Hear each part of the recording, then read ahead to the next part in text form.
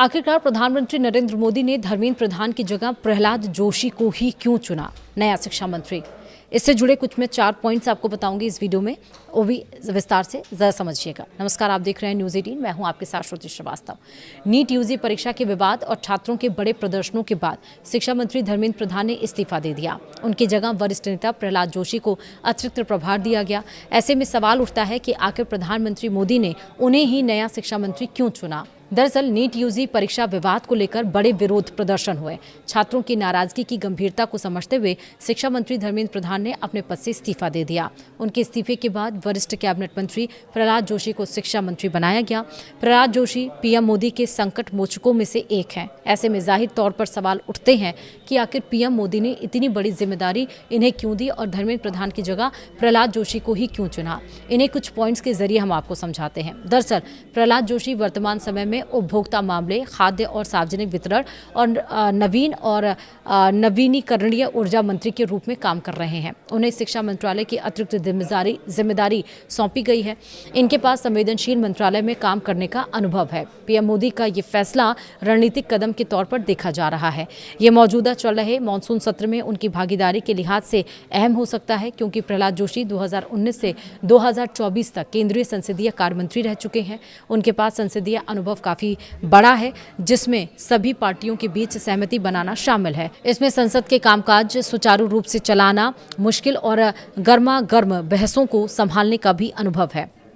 सरकार का मानना है कि नए शिक्षा मंत्री में छात्रों के आंदोलनों के प्रति संवेदनशीलता को बेहतर तरीके से समझ सकेंगे। और शुक्रवार को पत्रकारों से बात करते हुए उन्होंने कहा भी था कि केंद्र सरकार ने छात्रों के प्रति सच्ची और चिंता और संवेदनशीलता दिखाई है। उन्होंने कहा कि शिक्षा प्रणाली को मजबूत करने तथा युवाओं का भविष्य सुरक्षित करने के लिए लगातार काम किया है। उन्होंने भी कहा कि मोदी सरकार हमेशा छात्रों और युवाओं के साथ खड़ी रही है। ये उनकी भविष्य पर असर डालने वाली किसी भी अनियमितता या अन्याय के खिलाफ सख्त कार्रवाई करने की जिम्मेदारी रखती है। वहीं दबाव में भी शांत रहने की क्षमता पीएम मोदी ने प्रहलाद जोशी को इसलिए भी चुना है क्योंकि उनके पास अनुभव की वजह से दबाव के मौके पर शांत रहने की क्षमता काफ़ी बढ़िया है।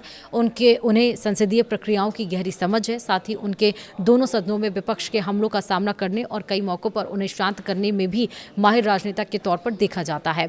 वहीं आपको बता दें कि प्रहलाद जोशी एक अनुभवी और भरोसेमंद नेता है। नेशनल एजुकेशन पॉलिसी यानी कि NEP जो आई थी 2020 को, उसको लागू करने, हायर एजुकेशन में डिटेंशन से जुड़े सुधारों और स्किल इंटीग्रेशन प्रोग्राम के लिए केंद्र और राज्य की संस्थाओं के बीच लगातार तालमेल की ज़रूरत है। ऐसे में अनुभवी और भरोसेमंद नेता ही इन स्ट्रक्चरल बदलावों को बेहतर तरीके से कर सकता है। प्रहलाद जोशी को शिक्षा मंत्रालय की जिम्मेदारी सौंपी गई है। अतिरिक्त प्रभार संभालने के बाद जोशी का पहला बयान भी सामने आया। उन्होंने इस जिम्मेदारी को अच्छे से निभाने की बात कही। उन्होंने कहा कि वह पूर्ण विनम्रता और कर्तव्य के साथ अपनी जिम्मेदारियों को निभाने की कोशिश करेंगे। शिक्षा मंत्रालय का कार्यभार संभालने के बाद प्रहलाद जोशी ने प्रधानमंत्री नरेंद्र मोदी का आभार भी जताया। उन्होंने कहा कि पीएम ने उन पर भरोसा जताते हुए उन्हें एक महत्वपूर्ण जिम्मेदारी सौंपी है।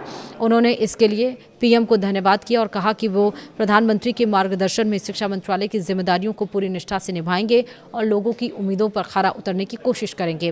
वहीं जोशी ने कहा कि वो इस जिम्मेदारी को पूरी लगन, विनम्रता और ईमानदारी के साथ पूरा करेंगे। इसके साथ ही प्रहलाद जोशी ने पूर्व शिक्षा मंत्री धर्मेंद्र प्रधान के कार्यकाल की भी सराहना की। उन्होंने राष्ट्रीय शिक्षा नीति यानी कि NEP को लागू करने का श्रेय प्रधान को दिया और कहा कि हाल के सालों में शिक्षा क्षेत्र में कई महत्वपूर्ण पहल की गई है।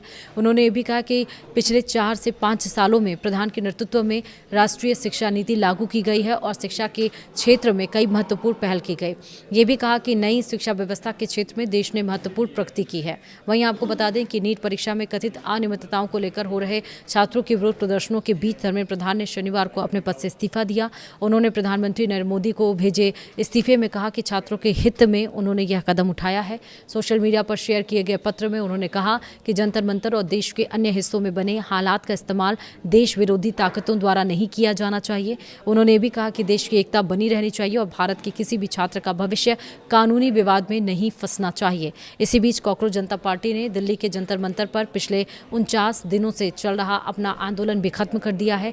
शिक्षा मंत्री के इस्तीफे और सरकार की तरफ से प्रदर्शनकारियों और आयोजकों के खिलाफ दर्ज केस वापस लेने का आश्वासन मिलने के बाद आंदोलन वापस लिया गया। सीजेपी की प्रतिनिधिमंडल और सरकार के बीच 3 दौर की बातचीत के बाद यह फैसला हुआ है। इन बैठकों में केंद्रीय मंत्री जेपी नड्डा और जितेंद्र सिंह समेत सरकार के प्रतिनिधि शामिल रहे। सीजेपी के मुख्य प्रवक्ता सौरभ दास ने कहा कि आंदोलन सद्भावना के आधार पर वापस लिया गया है। संगठन को उम्मीद है कि सरकार तय समय सीमा के भीतर बातचीत में बिना सहमति को बनी सहमति को लागू करेगी। फिलहाल वीडियो में इतना है।